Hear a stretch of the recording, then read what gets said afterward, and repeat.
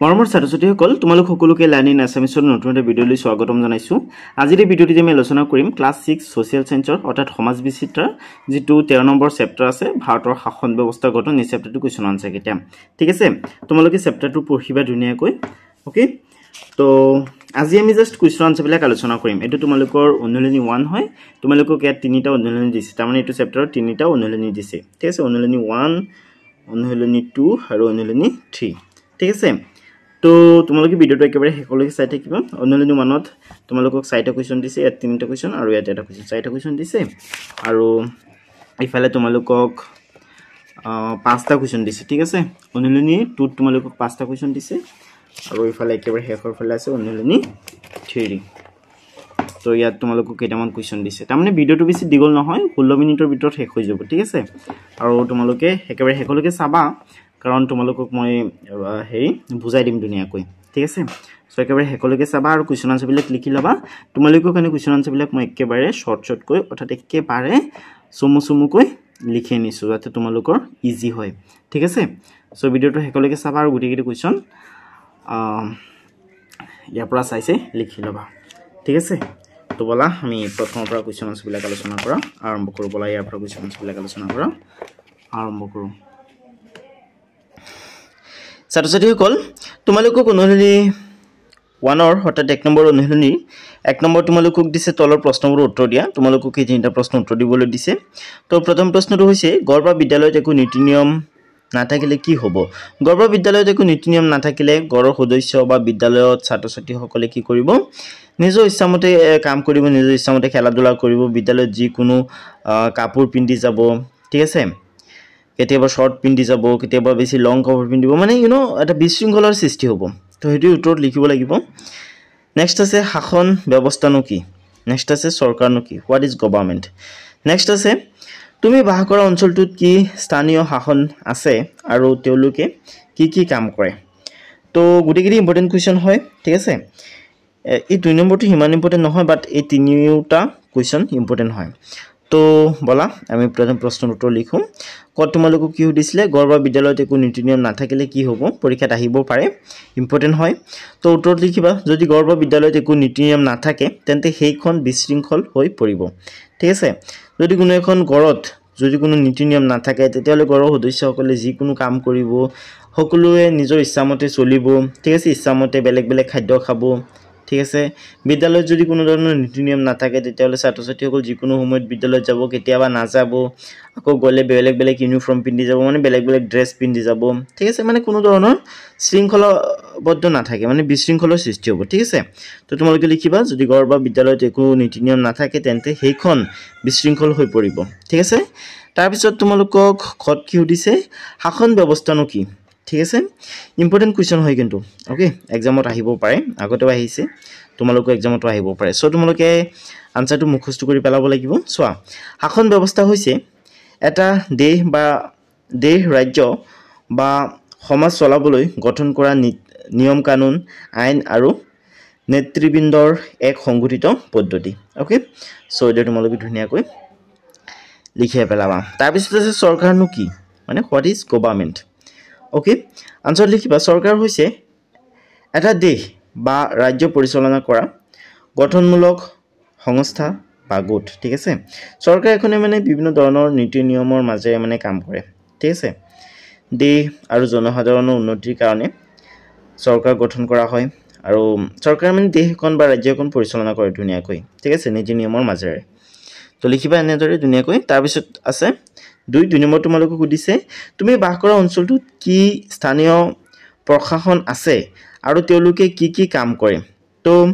তোমালোকে ইয়াৰ উত্তৰটো লিখিব লাগিব যে মই যি অঞ্চলত বাস কৰো তাত গাঁও পঞ্চায়ত বা পৌৰসভা আছে তেওঁলোকে পানী যোগান পকা ৰাস্তা বনোৱা মলমূত্ৰ নিষ্কাশন বিদ্যুতৰ সুবিধা বিদ্যালয় আৰু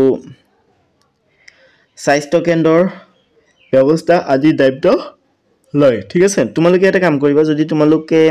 গাঁও অঞ্চলৰ পৰা চাই আছা তেতিয়ালে গাঁও পঞ্চায়ত বুলি লিখিবা আৰু চহৰৰ পৰা চালে তোমালোকে পৌৰসভা বুলি লিখিবা ঠিক আছে তো তোমালোকৰ নেক্সট অনুলিনি হৈছে অনুলিনি 2 ইয়াত তোমালোকক দিছে তলৰ প্ৰশ্নবোৰৰ উত্তৰ দিয়া এখন চৰকাৰৰ প্ৰধান অংগকেইটা কি কি চৰকাৰ এখনৰ তিনিওটা অংগই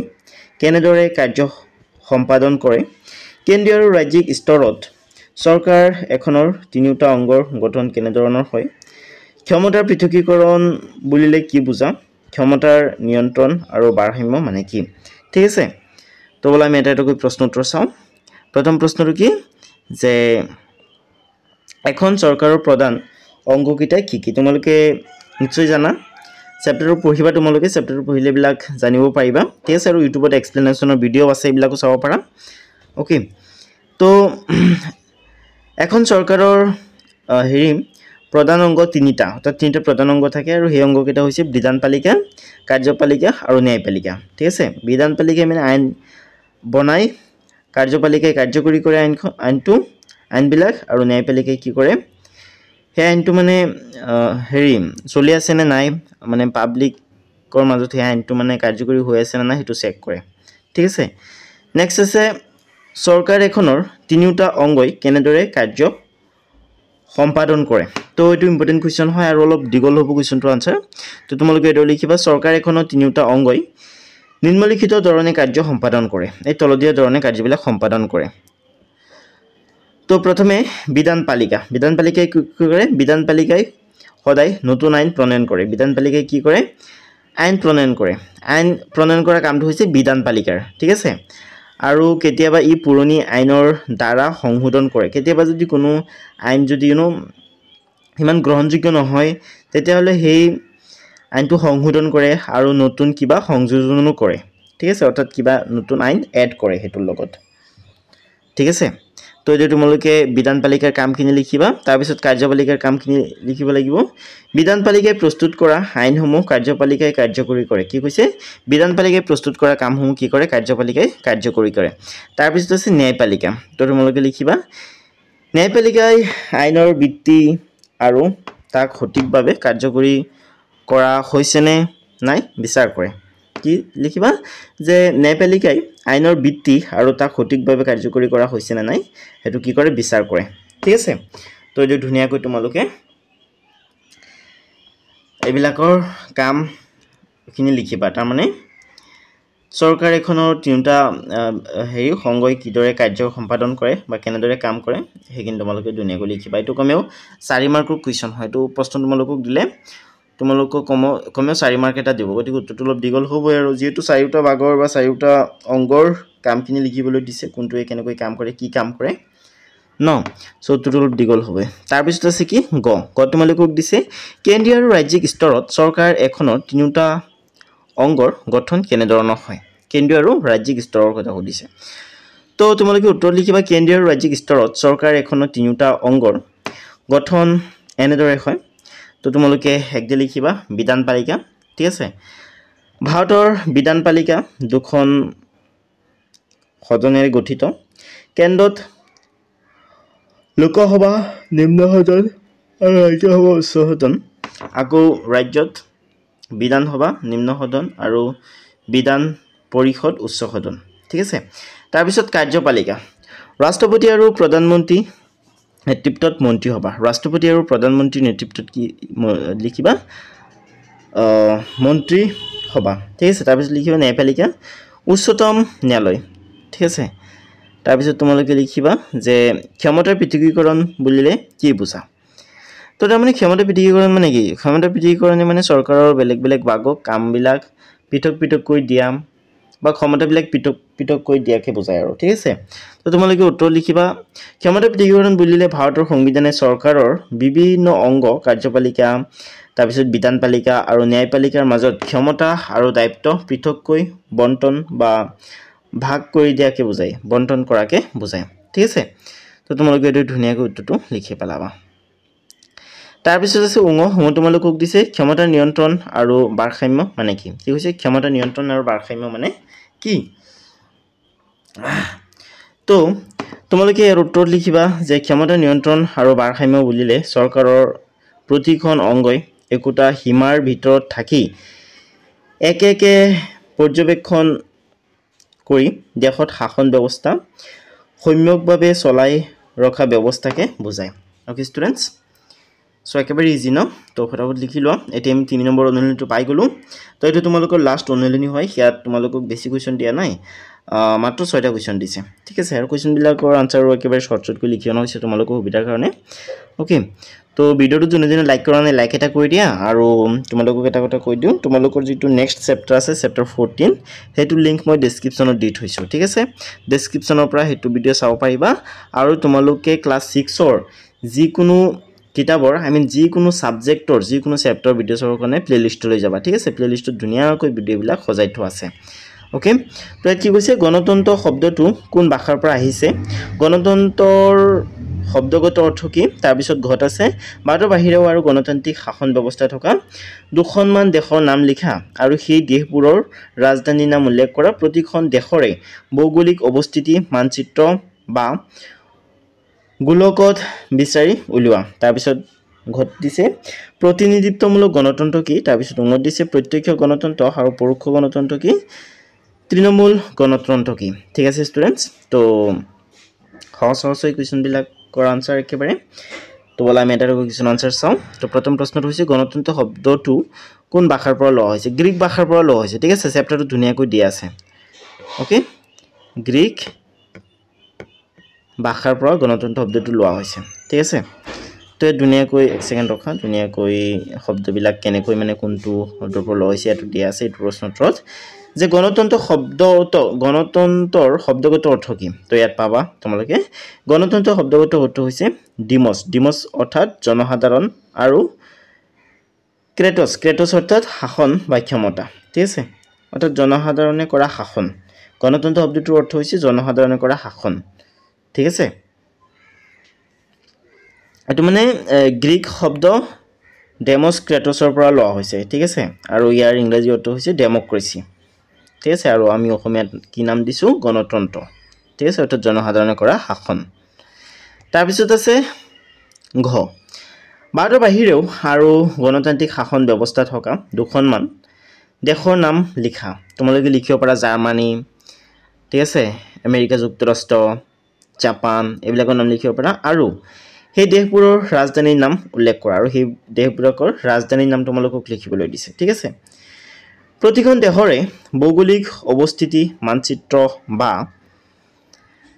গোলকত বিচাৰি উলিওৱা মানচিত্ৰ বা গোলকত বিচাৰি প্ৰতিটো দেশৰ অৱস্থিতি তাৰ মানে লোকেশন এই দেশবিলাক মানে পৃথিৱীৰ কোন জায়গাত আছে বা কোনটো লোকেশনত আছে এটো তোমালোকক বিচাৰি উলিয়াবলৈ দিছে ঠিক আছে তো ইজি হয় একদম ইজি হয় তোমালোকে এটো মানে পৃথিৱীৰ হেৰি গোলকলৈ চাবা গোলকত পাবা তোমালোকে দেশবিলাকৰ হেৰি মেপ ঠিক আছে এটা গোলক থকা দৰকাৰী তোমালোকে এটা গোলক কিনিবলৈ চেষ্টা কৰিবা ঠিক আছে তো উত্তৰ তোমালোকে লিখিবা আমেৰিকা যুক্তৰাষ্ট্ৰ ঠিক আছে আৰু ৰাজধানী হৈছে আমেৰিকা যুক্তৰাষ্ট্ৰৰ ওয়াশিংটন ডিসি ঠিক আছে তাৰ পিছত তোমালোকে জাপান লিখিবা ৰাজধানী লিখিবা টোকিও তোমালোকে ইয়াত জাৰ্মানী বুলি লিখিব পাৰা জাৰ্মানী তো মানে হেৰি ডেমক্ৰেসি চলে আৰু আই মিন ইয়েস ডেমক্ৰেসি চলে মানে গণতন্ত্ৰ চলে ঠিক আছে তাৰ পিছত আছে ঘ দিছে প্ৰতিনিধিত্বমূলক গণতন্ত্ৰ কি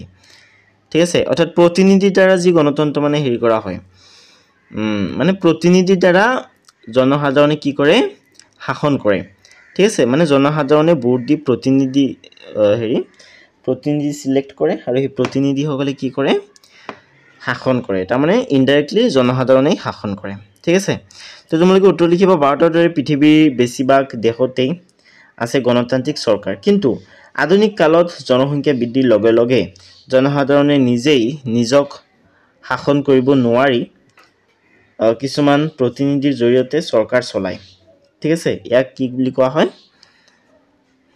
ইয়াক আমি প্ৰতিনিধিত্বমূলক গণতন্ত্ৰ বুলি কওঁ ঠিক আছে তাৰ মানে কি হয় যেহেতু দেশত জনসাধাৰণ বহুত বেছি জনসংখ্যা বহুত বেছি গতিকে জনসাধাৰণে কি কৰিব নোৱাৰে নিজে মানে নিজকে শাসন কৰিব নোৱাৰে ঠিক আছে সেই কাৰণে মানে কি কৰে কিছুমান প্ৰতিনিধি সিলেক্ট কৰি দিয়ে ভোটদানৰ জৰিয়তে ভোট দি ঠিক আছে আৰু সেই প্ৰতিনিধিসকলে দেশৰ শাসনবাৰ চলায় মানে ঠিক আছে দেশ শাসন কৰে ওকে সো তাকে মানে প্ৰতিনিধিত্বমূলক গণতন্ত্ৰ বুলি কোৱা হয় ঠিক আছে তাৰ পিছত অংগ তোমালোকক দিছে প্ৰত্যক্ষ গণতন্ত্ৰ আৰু পৰোক্ষ গণতন্ত্ৰ কি কৈছে প্ৰত্যক্ষ গণতন্ত্ৰ আৰু পৰোক্ষ গণতন্ত্ৰ মানে কি প্ৰত্যক্ষ গণতন্ত্ৰত জনসাধাৰণে নিজে সিদ্ধান্ত লয় কি কৈছে প্ৰত্যক্ষ গণতন্ত্ৰত কৰে জনসাধাৰণে কি কৰে নিজেই সিদ্ধান্ত লয় ঠিক আছে আৰু পৰোক্ষ গণতন্ত্ৰত জনসাধাৰণে প্ৰতিনিধি নিৰ্বাচন কৰে যিয়ে সিদ্ধান্ত লয় ঠিক আছে পৰোক্ষ গণতন্ত্ৰত কি হয় জনসাধাৰণে নিজে সিদ্ধান্ত লয়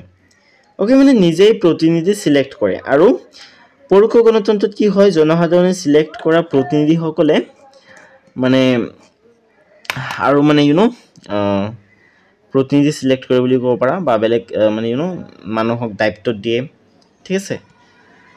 তো তোমালোকে ধুনীয়াকৈ লিখিবা নেক্সট আছে তৃণমূল গণতন্ত্ৰ কি অথবা তোমালোকে লিখিবা যে জনসাধাৰণে স্থানীয় প্ৰশাসনত প্ৰত্যক্ষভাৱে সহযোগ কৰাকে তৃণমূল গণতন্ত্ৰ বুলি কোৱা হয় প্ৰকৃততে এই গণতন্ত্ৰত জনসাধাৰণৰ নিজস্ব মতামতৰ স্থান থাকে ঠিক আছে তো হেতু তোমালোকৰ লাষ্ট কোৱেশ্চন আছিলে তোমালোকৰ যেটো হেৰি 14 নম্বৰ চেপ্টাৰ আছে এক সেকেন্ড ৰখা চেপ্টাৰটো চাই আছো কি চেপ্টাৰ হয় আই মিন চেপ্টাৰটোৰ নাম কি হয় Yes, তোমালোকৰ যেটো 14 নম্বৰ চেপ্টাৰ আছে হেটোৰ নাম হৈছে স্থানীয় স্বায়ত্তশাসন ব্যৱস্থা ঠিক আছে আৰু ইয়াৰ পিছত আৰু এটা চেপ্টাৰ থাকিব হেতু হৈছে চেপ্টাৰ 15 একেতে আৰু দুটা চেপ্টাৰ ভিডিও বনোৱা বাকি আছে তো চেপ্টাৰ 14 ৰ লিংক তোমালোকে ডেসক্ৰিপচনত পাই যাবা আজি মানে সন্ধিয়া হোৱাৰ লগে লগে মানে হেতু ভিডিও আপলোড কৰি দিম ঠিক আছে ইট মিন্স কি তোমালোকে হেৰি ডেসক্ৰিপচন চেক কৰাৰ লগে লগে ভিডিওটো ডেসক্ৰিপচনত পাই যাবা ঠিক আছে আৰু বাকি যিকোনো চেপ্টাৰৰ ভিডিও ক্লাস 6 ৰ পৰা নহয় বেসিক্যালি ক্লাস 3 ৰ পৰাই ঠিক আছে ক্লাস 3 ৰ পৰা ক্লাস 10 লৈকে গুটিকিটা সাবজেক্টৰ গুটিকিটা চেপ্টাৰৰ ভিডিও মোৰ চেনেলত আপলোড কৰা আছে আৰু হেবিলাক